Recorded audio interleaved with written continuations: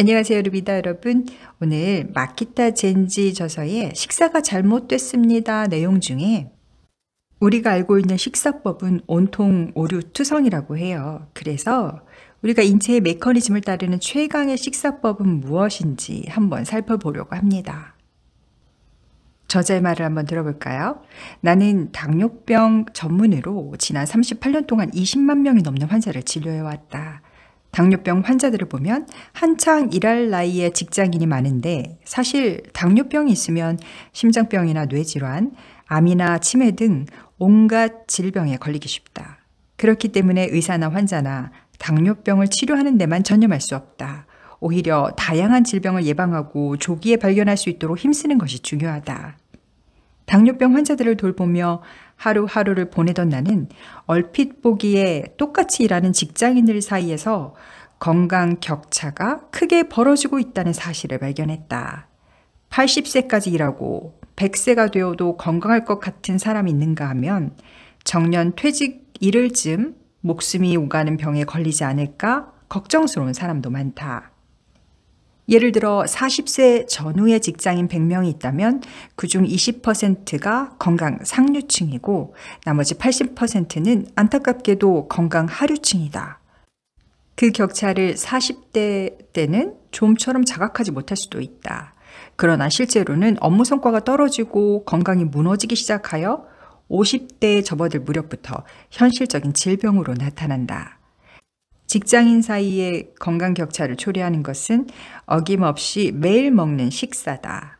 먹는 것은 일반적으로 생각하는 것보다 훨씬 더 크게 건강을 좌우할 뿐만 아니라 업무 성과에도 영향을 미친다. 부지런히 일하는 직장인이 가장 중요하게 여겨야 할 것은 매출 수치나 인맥이 아니다. 성과를 높이기 위해 바쁘게 움직이고 있는 자기 자신에게 얼마나 올바른 영향을 주입하느냐를 무엇보다 중시해야 한다. 제 아무리 성능이 뛰어난 고급차도 불순물 투성이인 수상쩍은 휘발유를 넣는다면 제대로 움직일 수 없다. 그런데 자기 몸에는 아무렇지도 않게 그런 짓을 하는 직장인이 많다. 건강이 나빠지는 원인의 90%치는 혈당치. 무슨 말씀을? 난 매일 고급 휘발유 못지않은 좋은 음식을 먹고 있다고. 이런 자신만만한 반론이 들려온 듯하다. 요즘에는 건강과 식사의 관계를 다방면으로 따져보는 사람이 늘어 지적인 직장인이라면 뭐뭐가 몸에 좋다더라 라는 정보에도 민감하게 대응할 것이다. 그러나 거기에는 큰 함정이 있다. 무엇이 좋다, 무엇은 나쁘다라는 단편적인 정보와 그 성분을 눈여겨보기가 쉽지만 사실 그것보다 훨씬 중요한 것이 있다. 인간의 몸은 소화 흡수 시스템을 갖추고 있다. 그 소화 흡수 시스템에 따라 우리가 입으로 먹은 음식이 소화되어 형태를 바꾼 영양소가 되고 필요에 따라 흡수되어 신체의 일부가 된다. 여기서 형태를 바꾼다라는 점이 중요한데 먹은 것은 그대로 신체의 일부가 되는 것이 아니라 대사를 거치면서 구성이 바뀌어 다양한 물질로 합성된다.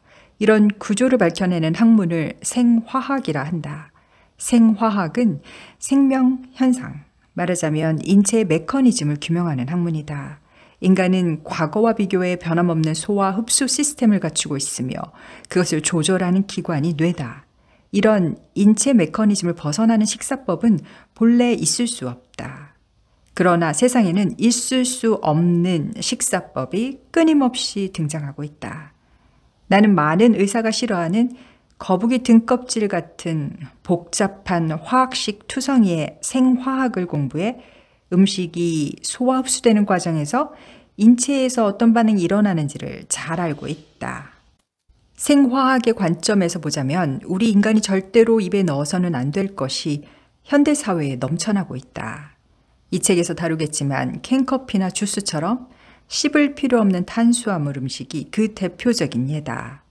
많은 직장인들이 매일같이 그런 탄수화물 음식을 섭취하고 있다. 몸무게가 서서히 늘더니 도통 줄지 않는다. 혈압이 높다는 지적을 받는다. 쉽게 지친다. 업무 도중에 곧잘 존다. 집중력이 낮다. 이처럼 다양한 형태로 나타나는 몸의 이상 증상에서 당신도 자유로울 수 없을 것이다. 이런 증상이 나타나는 근본 원인은 혈당치에 있다. 직장인이 고심하는 질병이나 몸의 이상 증상의 90% 이상은 혈당치 문제다. 혈당치가 지나치게 높거나 급격하게 오르락 내리락 하면 우리 몸은 심각한 손상을 입는다. 대개 그것은 현대인 특유의 식사 습관에서 비롯되었다고 해도 과언이 아니다. 흔히 균형 잡힌 식사를 하라고 말하지만 도대체 무엇이 균형 잡힌 식사인지 대다수 사람들은 알지 못한다. 몸에 좋으라고만 했던 일이 비만, 노화, 질병이라는 흐름으로 연결되기 일쑤다. 과학적 근거를 바탕으로 한 최강의 식사란 매일 아침 갓 짜낸 오렌지 주스를 마시고 집을 나선다는 30대 남성. 건강에 좋은 일을 하고 있다는 생각에 가슴이 뿌듯하다. 그가 이런 생각을 하는 과학적 근거는 무엇일까? 갓 짜냈으니 건강에 좋을 것이다. 라는 설명만으로는 근거가 부족하다. 그는 과연 그 주스 안에 얼마나 많은 당이 들어있는지 알고 있을까? 굳이 오렌지 주스로 갈아서 마시는 바람에 고혈당 상태가 되어 당뇨병을 비롯한 다양한 질병에 스스로 다가서고 있다는 사실을 알고 있을까? 일을 시작하기 전에 에너지 음료를 마셔 원기를 불어넣는다. 영양을 생각해 매일 아침 시리얼을 먹는다. 칼로리를 고려해 지방이 많은 음식은 늘 삼간다. 근육을 만들기 위해 단백질, 보충제를 섭취한다. 시간이 나면 조깅을 한다. 자칭 건강에 신경 쓰는 직장인들이 갖고 있는 이런 습관은 그야말로 병에 걸리기 위한 노력이라 해도 무방하다. 솔직히 직장인 대다수가 업무에서는 뛰어난 능력을 발휘하겠지만 자기 입에 들어가는 음식에 대해서는 매우 무지하다.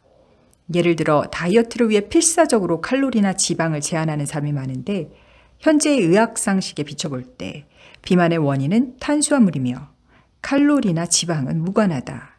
그러나 영양사나 의사조차 아직도 칼로리 신화를 믿는 사람이 많다.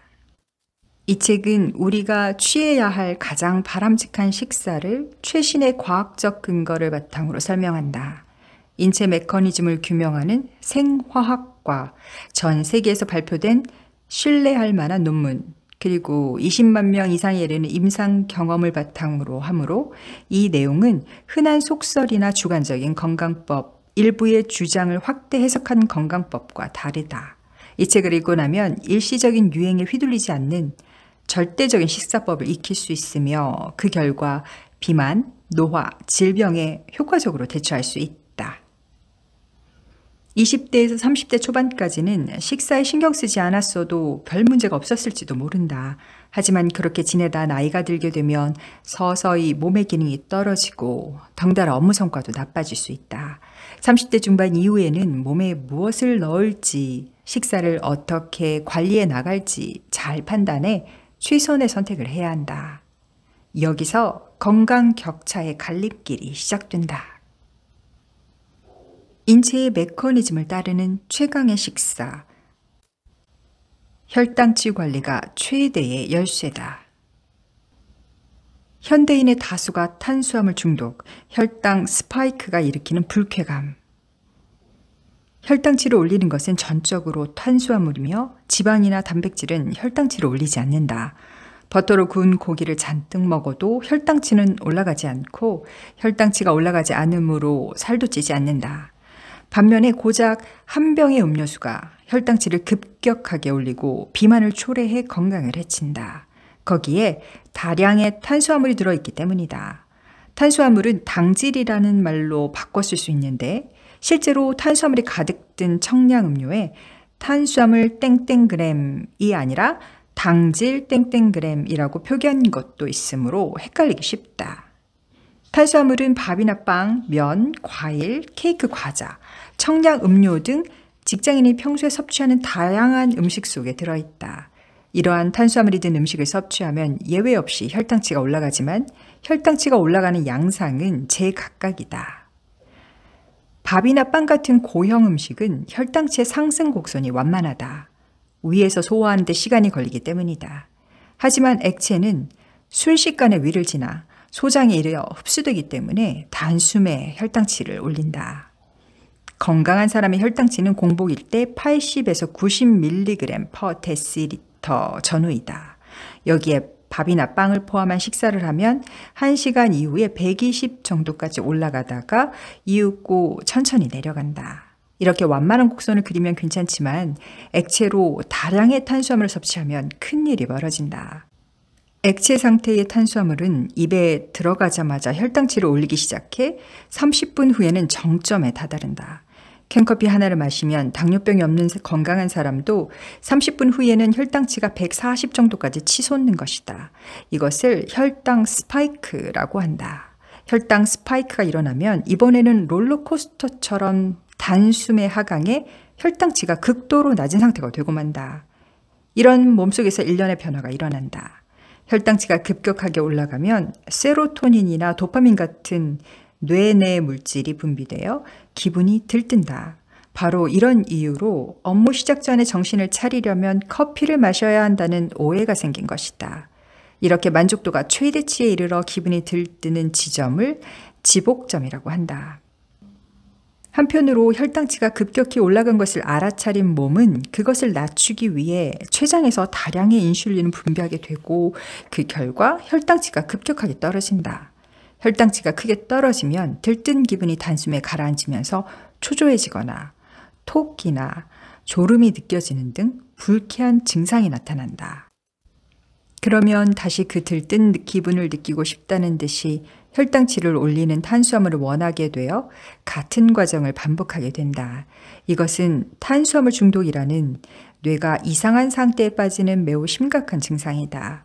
그러나 정작 중독에 빠진 당사자 자신은 그런 사실을 전혀 자각하지 못한다. 사실 청량 음료 등을 만드는 업체는 인간의 지복점을 면밀히 계산해 제품을 설계한다. 바꿔 말하면 이들은 탄수화물 중독 환자를 늘림으로써 이익을 얻고 있다. 이것을 알게 된 우리는 그들의 꿰매에 넘어가서는 안 된다. 질병의 근원에는 설탕이 있다. 옛날에는 왜 성인병이 없었을까? 인간의 뇌가 매우 영리한 것은 확실하지만 한편으로 매우 어리석은 잘못을 범하기도 한다. 야생동물은 배가 부르면 사냥감이 지나가도 잡아먹지 않는다. 그러나 인간의 뇌는 먹을 필요가 없는 것도 먹고 싶다고 지령을 내리며 그렇게 어긋난 지령을 계속 내리다 결국 중독에 빠진다. 경제가 급성장해 많은 사람이 쌀이나 면류, 설탕이 든 과자나 음료수를 원하는 만큼 먹을 수 있게 되면서 당뇨병에 걸리는 사람도 늘어났다. 현대만큼 30대, 40대 남성 중 비만인 사람이 많은 시대는 없을 것이다.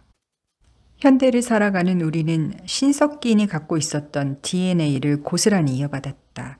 소화 흡수 시스템도 그것을 조절하는 뇌의 시스템도 조금도 바뀌지 않았다.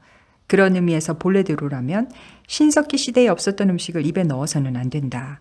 신석기 시대에도 자연에서 자라는 메밀 같은 곡류를 먹었다고 하므로 쌀이나 보리 같은 곡류 자체는 우리 몸의 소화 흡수 시스템에 알맞다. 다만 당시에는 정제한 곡류도 없었거니와 곡류를 다량으로 먹는 습관도 없었을 것이다. 흰 설탕 따위는 아예 존재하지도 않았다. 흰 설탕을 녹인 액체를 마시는 것은 신석기인에게는 있을 수 없는 일이고 그 DNA를 이어받은 현대인에게도 있을 수 없는 일이다. 식량을 확보하느라 고생했던 신석기 시대 사람들은 먹는 것과 관련된 작업의 하루의 대부분을 할애해야 했을 것이다. 그렇다고 현대인도 그들과 똑같이 해야 한다는 말은 아니다. 나 역시 일이 바빠서 점심시간을 느긋하게 보내기 어려운 상황이다. 다만 바쁜 현대인의 사정을 역으로 이용해 활개치고 있는 비즈니스가 있다는 사실을 잊지 말아야 한다. 시간 없는 직장인을 위해서라며 권하는 영양 음료나 스포츠 음료도 신석기인의 DNA를 이어받은 현대인의 몸에는 적합하지 않다. 단백질 보충제니 아미노산 보충제니 하며 파는 분말도 마찬가지다. 이런 있을 수 없는 음식이 들어왔을 때 우리 몸에서는 어떤 일이 일어날까? 한 병으로 하루치 채소를 먹을 수 있다라는 주스에는 정작 중요한 식이섬유가 부족하다. 게다가 맛을 조절하기 위해 채소 외에 과일 등 쓸데없는 당분도 들어있다. 하루치 채소는 하루 동안 제대로 먹으면 그만 아닐까? 손쉬운 건강법을 찾다가 손쉽게 건강을 해치고 마는 모든 직장인들이여 부디 명심하기 바란다. 우리가 흔히 일과 중에 당 떨어졌어 하면서 간단히 먹을 수 있는 초콜릿, 사탕 등을 찾는 경우가 있는데 이것은 이분의 책에 근거해서 봤을 때 엄격히 말하면 저혈당 상태의 탄수화물 중독 현상이 불러오는 욕구라고도 살펴볼 수 있을 것 같네요. 올바른 식사법이 궁금하셨다면 혈당치 조절이 관건이라는 것을 기억하시면 될 것 같습니다. 오늘도 이한권의 멋진 책으로 여러분의 삶을 이루고 누비고 즐기세요.